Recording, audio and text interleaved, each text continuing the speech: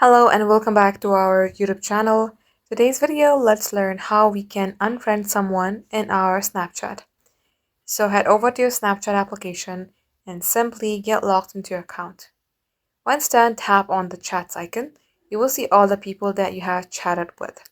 Now likewise, if you would like to unfriend someone, you can either open this name or you can directly search for their name. In my case, I have the person right here whom I would like to unfriend. So tap onto their profile, then you will see a page like this. Before unfriending them, make sure that you are friends with them. Then tap three dot icon. Here select manage friendship.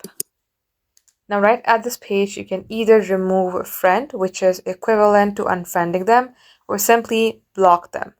Confirm your action once you tap on remove friend. And once done, this person will be removed from your friends list.